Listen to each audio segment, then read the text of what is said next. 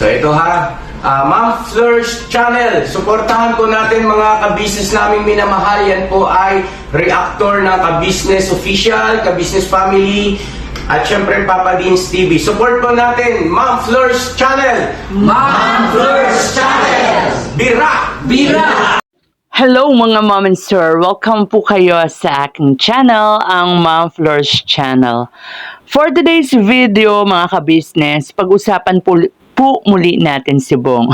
Yung mga bashers, sabihin na naman, o kayong mga reactors ni ka-business, wala na kayong alam i-content kundi si Bong. Pwede bang gumawa kayo ng sarili nyong content? Hay nako, paulit-ulit rin naming sasagutin na kung sino po ang gusto naming itapik, wala po kayong pakialam. So, pag-usapan po ulit natin si Bong, and ang latest po, sinabi po ni Clarissa na hindi na natin mapapanood si Bong sa kanyang live. At baka nga raw po mamiss na natin si Bong kasi nga sinasabi ng marami na kaya lang daw may nanonood sa kanyang live o sa kanyang vlog dahil ginagamit niya si Bong. So, kumbaga, gusto niyang patunayan na kahit wala si Bong ay papanoorin pa rin ang kanyang channel. So, tama naman, 'di ba? So, stop na ha. Huwag nang gamitin si Bong. Huwag nang itapik si Bong. Kasi, ayun ang sabi mo. At least kami, aminado naman kami na o hindi kami nagsasabi na hindi na namin itatopic si Bong. Kasi, hanggat mayroong issue, hanggat mayroong pwedeng linawin, itatapik at itatapik pa rin namin si Bong. So, pangalawa, wala raw pakialam si Clarissa sa di umano'y pagsasanla ni Bong ng bisikleta dahil nung pumunta raw si Bong sa kanila, wala naman daw itong dala. Pangatlo, malaya naman daw si Bong na pumunta sa kahit saan niya gusto. Malaya naman daw makagala-gala si Bong.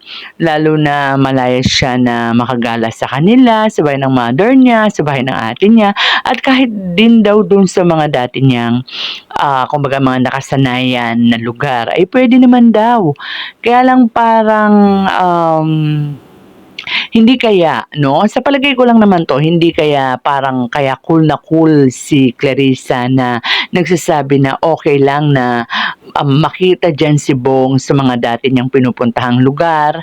Dahil parang, kumbaga, ano pa matatawag nito, parang nasupalpal siya kasi 'di ba nung binabalita ito ni Ate Ninette na nagpunta nga daw diyan si Bong 2 beses pa diyan sa Sampaguita o dun sa dati niyang lugar malapit sa may bahay nila, pinasusubalian nyo ni Clarissa, hindi ba?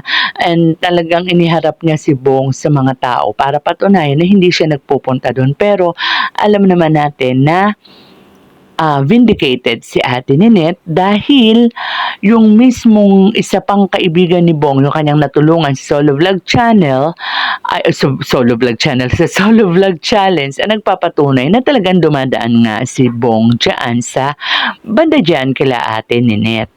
So, para siguro, kumbaga, medyo yung kanyang pagkasupalpal medyo hindi naman ganun katindi ang maging datingan, sinasabi na lang niya na okay lang kahit pumunta dyan si Bong. Yun naman po ay opinion ko lang naman, no?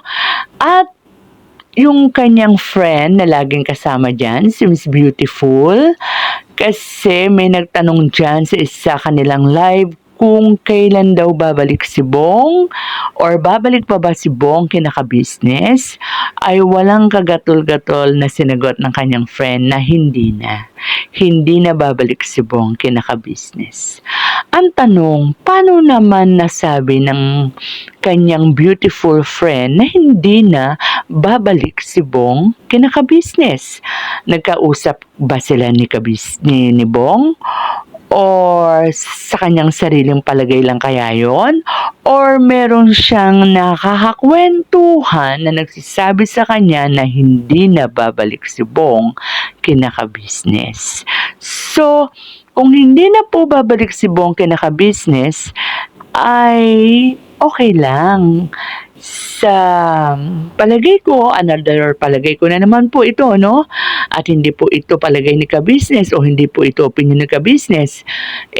Para sa akin, okay lang naman kahit na hindi na bumalik si Bong kina ka-business kasi sa nababasa ko po majority po sa subscribers ni ka-business ay hindi na po sang-ayon sa pagbabalik ni Bong kina ka-business. Para sa kanila, hindi na dapat pang bumalik at ayaw na nilang mapanood si Bong sa channel ni ka-business.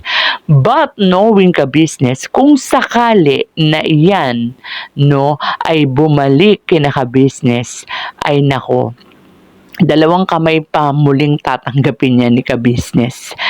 And so ayun lang po muna mga ka-business ang ating kwentuhan sa araw na ito.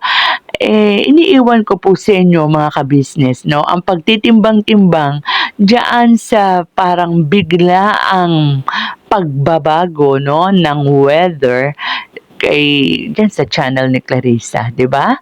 So, with that, again, mga ka-business, hanggang dito na lang po muna ang ating kwentuhan. Ingat po tayong lahat and God bless.